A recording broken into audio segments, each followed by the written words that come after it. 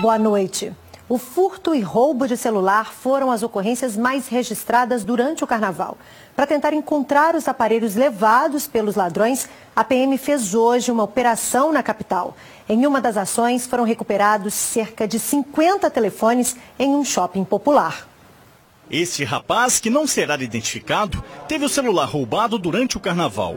Ao ligar o sistema de localização, descobriu que o aparelho estava nesse shopping popular, que fica no centro de Belo Horizonte. Imediatamente ele acionou a polícia.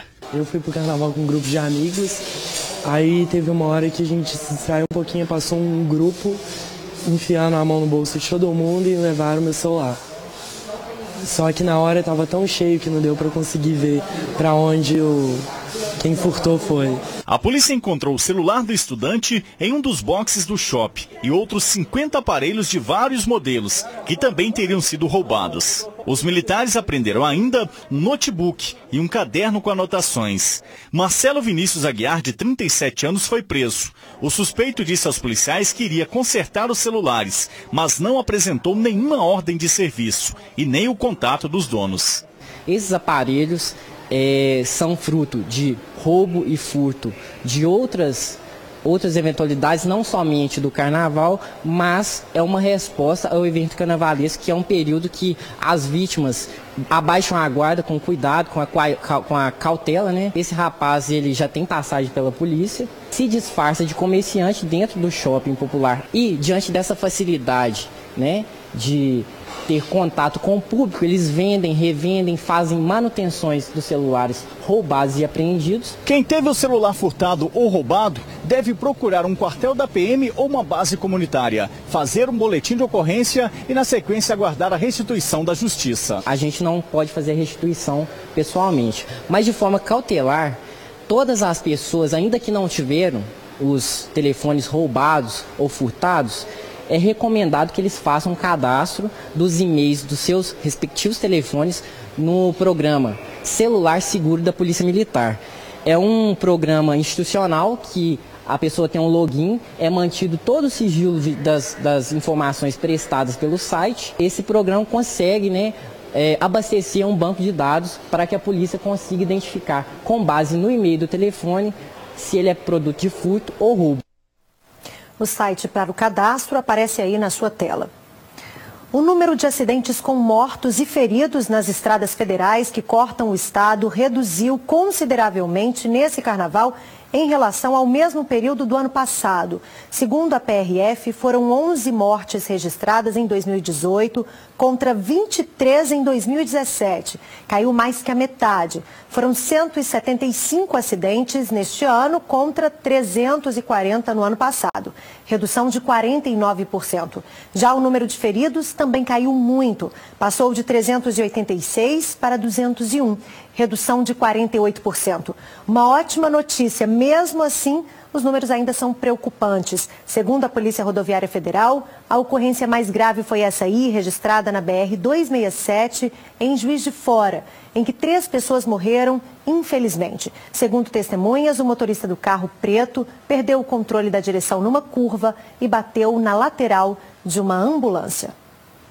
A Polícia Civil abriu hoje o inquérito para apurar as causas do acidente com o ônibus que deixou 5 mortos e 16 feridos na última terça-feira na região do Barreiro, em BH. Há indícios de falha nos freios do veículo, mas outras hipóteses estão sendo investigadas. Se o motorista passou mal ou se houve a interferência de outra pessoa.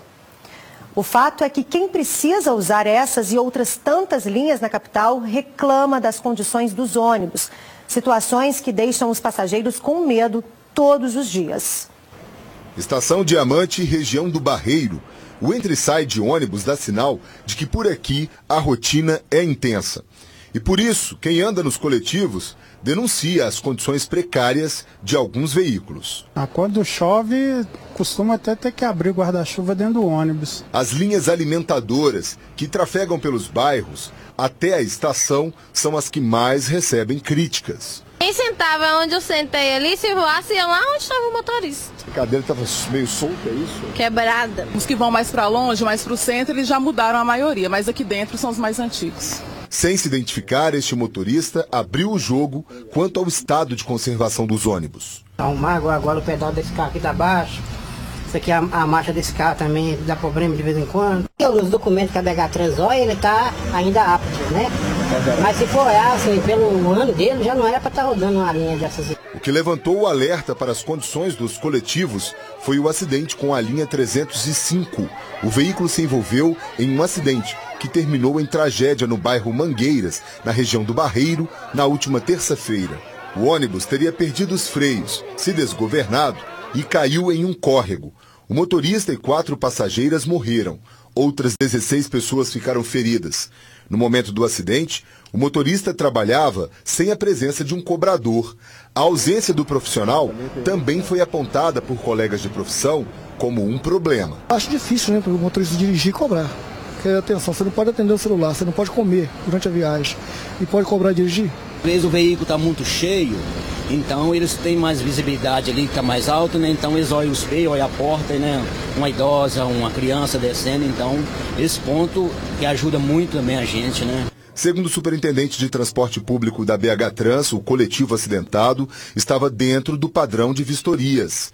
A última foi realizada em outubro do ano passado. Os veículos mais novos, eles voltam aqui com 2 anos de idade para uma nova vistoria. E a partir daí, a partir de 2 anos de idade, eles voltam anualmente para fazer a vistoria. A partir de 6 anos de idade, esse prazo é reduzido e ele vem fazer a vistoria a cada semestre. A vida útil dos coletivos também foi questionada. Nós temos os veículos articulados, que a vida útil dele é de 12 anos. Nós temos os veículos convencionais, que têm uma vida útil de 10 anos. E temos os micro-ônibus e mini-ônibus, que têm uma vida útil de 7 anos. A BH Trans faz essas vistorias periódicas. É responsabilidade de cada concessionário, né, fazer as manutenções no dia a dia da operação do seu veículo, conforme recomendações do fabricante. 14 dos 16 feridos seguem internados. O laudo da perícia com as causas do acidente deve sair em 30 dias. O Sindicato das Empresas de Transporte de Passageiros de BH afirmou que só vai se pronunciar depois do resultado. Um caminhão carregado com gás de cozinha tombou nessa manhã no bairro Belvedere, na capital. O Corpo de Bombeiros foi acionado para isolar a área e eliminar qualquer risco de explosão. O motorista contou aos militares que o veículo perdeu os freios, bateu em um muro e depois tombou. Ele e outro funcionário foram levados para o Hospital João 23. Não houve vazamento de gás na pista, mas os transtornos na região são grandes por causa do congestionamento.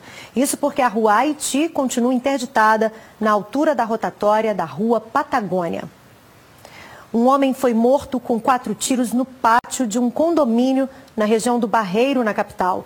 Um rapaz que estava com ele também foi atingido pelos disparos e foi levado para a UPA em estado grave. Câmeras de segurança podem ajudar a polícia a esclarecer o crime que assustou moradores dos prédios vizinhos. A madrugada foi de pânico para moradores desse conjunto no bairro Diamante. Vizinhos acordaram com o barulho de tiros disparados contra 2 homens. Até agora não se sabe o motivo da violência. Lá dentro, entre os prédios de número 6 e 7, foi encontrado o corpo de Gilson Santos Prates, com 4 tiros, 2 deles nas costas. Moradores que ouviram o barulho dos disparos preferem não falar muito. Lá da casa da senhora, a senhora ouviu os tiros? Sim. Preocupa, né? Preocupa, é porque você paga um lugar para você morar e você não tem base. Fiquei sabendo que eles estavam no pátio e levaram o tiro, mas era muito tarde. Então, assim, não deu pra gente ver nem nada, não. O rapaz assassinado tinha 25 anos e morava sozinho. Gilson era natural da Bahia e, segundo parentes, não tinha envolvimento com o crime. O pai e a madrasta estão abalados. Meu filho é trabalhador, tem carteira assinada, tudo. Entendeu? Como é um menino bom, o coração bom. Eles que armaram pra ele, matou meu filho junto. Entendeu? Dizem que tem câmera nesses prédios, então tomara que a justiça seja feita e que essa pessoa pague pelo que fez. De acordo com o boletim de ocorrência, o outro homem baleado foi socorrido por populares e trazido até esta rua de esquina, onde as pessoas pediram ajuda a um homem que passava de carro para levar a vítima até a UPA na região. Na UPA, Alexandre Santos Pereira, de 35 anos, informou aos militares o apelido de quem teria disparado. O homem é conhecido como Pietro, mas nenhuma informação a mais foi dada, já que Alexandre estava em estado grave e não conseguiu falar mais. A pessoa que fez isso, vamos ver se ele vai dormir no travesseiro à noite e matar um filho de um pai. Um ônibus da linha 4100, que faz o itinerário Santa Luzia, via Kennedy, Terminal Vilarinho, ficou completamente destruído depois de ser incendiado em Santa Luzia, na região metropolitana de Belo Horizonte, nessa madrugada. De acordo com o boletim de ocorrência, o motorista contou que chegava ao ponto final quando 5 homens o abordaram. Mesmo falando que estava a caminho da garagem, os bandidos entraram no veículo, pularam a roleta, jogaram combustível e atearam fogo. Eles fugiram sem levar nada e o motorista não se feriu. A motivação para o ato de vandalismo ainda é desconhecida. Um homem foi preso na rodoviária de Belo Horizonte com 5 quilos de haxixe e 4 quilos de MDMA, substância usada na fabricação do êxtase. As drogas estavam escondidas em várias camadas de invólucros. Ele inseriu os pacotes dentro de uma mochila que foi lacrada com uma caixa de papelão para depois ser colocada dentro de um saco de linhagem e, finalmente, em uma bolsa de viagem. Segundo a Polícia Federal, o passageiro viajava de Belém, no Pará, ao Rio de Janeiro. Ele afirmou ter sido contratado para levar o material à capital fluminense, mas não informou o nome do contratante. O homem foi encaminhado para a penitenciária Nelson Hungria, em Contagem, e deve responder por tráfico interestadual de drogas. A pena pode chegar a 25 anos de prisão.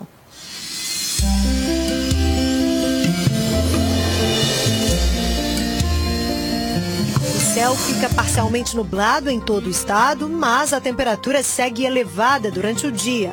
Há possibilidade de chuva em pontos isolados das regiões central e oeste. Em Belo Horizonte, mínima de 19 e máxima de 30 graus. Os termômetros de Machado variam entre 19 e 29. Vão de 22 a 31 graus em Arinos. A temperatura em Bom Sucesso fica entre 17 e 28. E em Ubá, mínima de 21 e máxima de 34 graus. Chega a 76 o número de mortes por causa da febre amarela em Minas. Os dados atualizados hoje pela Secretaria de Estado de Saúde revelam 183 casos confirmados desde julho do ano passado. Outros 404 seguem sendo investigados. Atualmente, a cobertura vacinal em todo o estado está em torno de 83%. Ainda há uma estimativa de cerca de 3.300.000 pessoas não vacinadas contra a doença. Passado o carnaval, chega a quaresma, os 40 dias que antecedem a Páscoa. É época em que os pescados ficam bem mais requisitados, especialmente entre aqueles que seguem à risca a tradição católica de não comer carne vermelha. O resultado dessa maior procura quase sempre são preços mais elevados. Período de quaresma e de movimento maior nas peixarias. Na época a gente tem que se abster de carne, pelo menos esse período, né? E estando aqui no mercado a gente não pode deixar de comprar o peixinho, né? Gosto muito de salmão, de atum, camarão. É época de muitas pessoas deixarem de comer carne, principalmente a vermelha. E o peixe passa a ser prato principal em muitas casas. Mas é bom ter cautela antes de comprar por conta do aumento dos preços e da diferença entre os valores cobrados por cada estabelecimento. Eu compro mais a merluza, tilápia, piau. São peixes assim, mais fáceis, né, de achar. Todos eles, você notou uma variação grande aí de preço? Notei. Até de 50% eu já vi aí. Uma pesquisa do site Mercado Mineiro mostrou que entre os peixes frescos, a maior variação foi encontrada no quilo de dourado, que sai por R$ 19,90 até R$ 46,90, diferença de 135%. A tainha vai de R$ 14,00 a R$ 29,90, variação de 113%. Já o cascudo e o salmão variam 111%. Quando o assunto é bacalhau, diferença grande também. O quilo do site, por exemplo, varia de R$ 29,90 a R$ 59,90, mais de 100% de diferença. O camarão é o que mais assusta. O quilo do Sete Barbas G vai de R$ 32,90 a R$ 95,90, variação de 191%.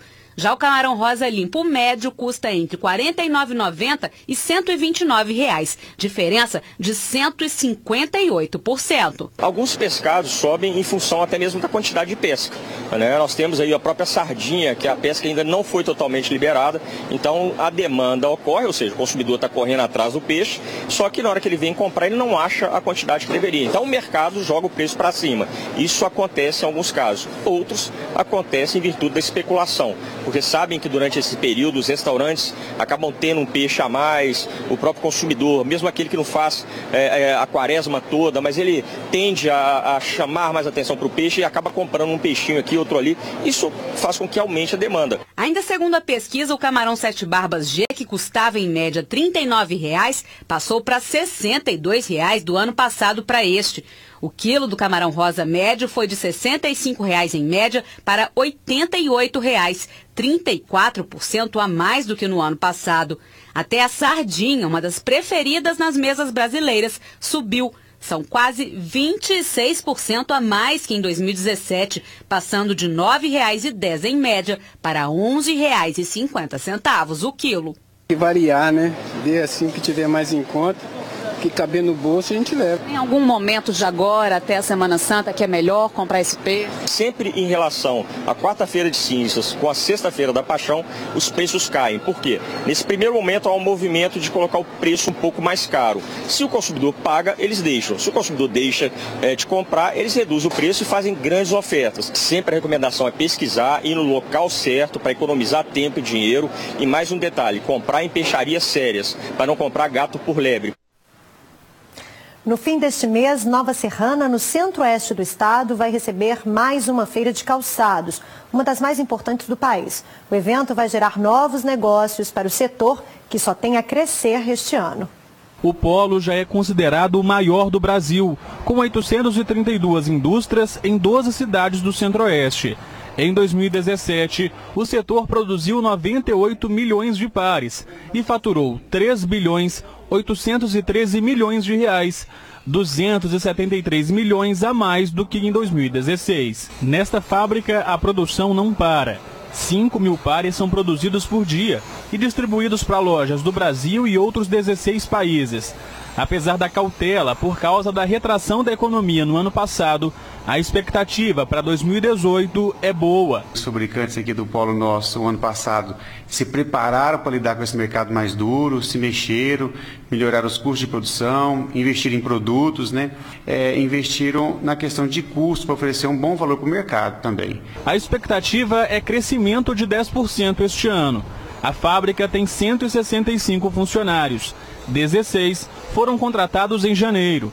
Luiz trocou o interior da Bahia pela oportunidade de emprego em Nova Serrana e está na fábrica há menos de um mês. Tem algumas fábricas calçadistas lá, mas eu nunca tive a oportunidade lá. E aí sair de minha cidade para ter oportunidade fora de lá, para mim está sendo bom. Hoje é o polo com maior empregabilidade, que é em torno de 20 mil funcionários, com maior produtividade, que é em torno de 100 milhões de pares, e ainda tendo a possibilidade de ter produtos com grande chamativo nas vitrines, em função da atualização das modelagens, em função da qualidade dos produtos e o design.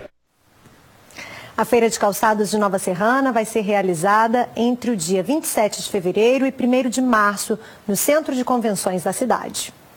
Nós voltamos já já. Começa na próxima segunda-feira, dia 19, a conferência de documentação dos camelôs cadastrados na região de Venda Nova, em Belo Horizonte.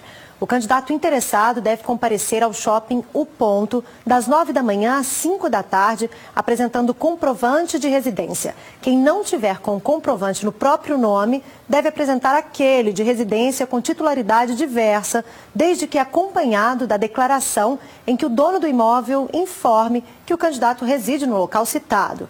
Segundo a Prefeitura, somente os camelôs que apresentarem os documentos exigidos vão participar do sorteio dos boxes. O candidato pode declarar interesse no shopping O Ponto ou no shopping Uai, que fica no centro da capital.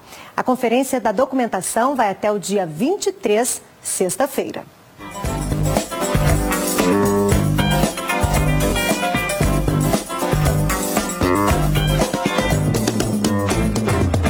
Ele tem 16 anos de carreira e lançou recentemente o segundo álbum autoral. Bate-papo JA de hoje é com o cantor, compositor, diretor musical, multi-instrumentista, gestor cultural, Ricardo Piano. Quanta coisa! Como é que começou isso tudo, Ricardo? Começou lá na infância, não tem músicos na família.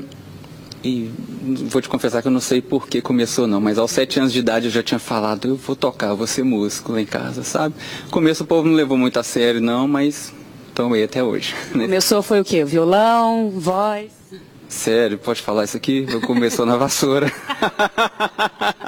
A vassoura era o violão? Era o violão, exatamente, a vassoura era o violão. A mãe saía para trabalhar, falava, arruma isso aí, moleque. Eu ficava lá tocando.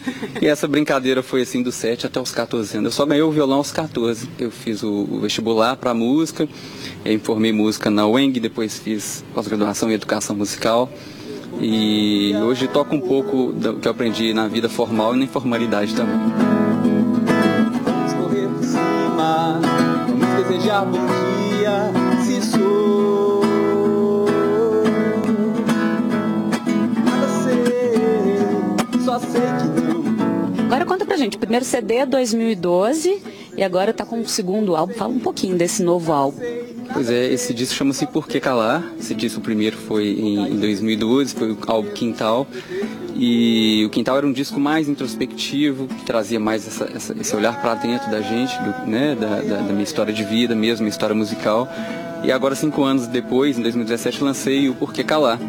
E o Por Que Calar é essa vontade de mandar para fora, de passar uma mensagem, de gritar para o mundo o que eu sentia, o que eu pensava nas composições. Sem certeza eu sei que vou seguir, nada sei, só sei que não vou cair nesse contexto e mesmo sem pretexto eu sei que vou seguir. Ricardo, desde 2015 você vem com essa carreira internacional, circulando aí um pouco da América do Sul e agora indo para a Europa também, como é que é isso? Pois é, em 2015 eu pus a mochila nas costas e fui dar uma volta, sabe, pela América Latina. Comecei indo para o Chile com violão e acabou que a coisa foi dando um resultado bem legal. Esses anos eu tive no Uruguai, na Argentina, no Chile tocando e na Colômbia também ano passado. Passei pela África do Sul. E esse ano, curiosamente, a música foi parar em Portugal.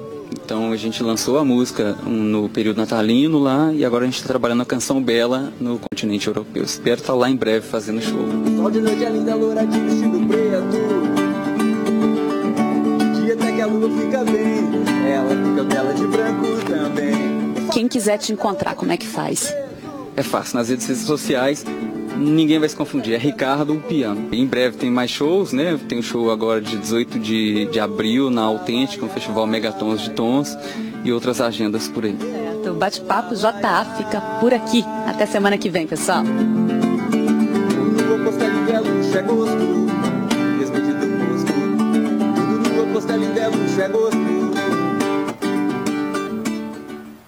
O JA fica por aqui. Assista agora ao SBT Brasil. Boa noite para você. Tchau.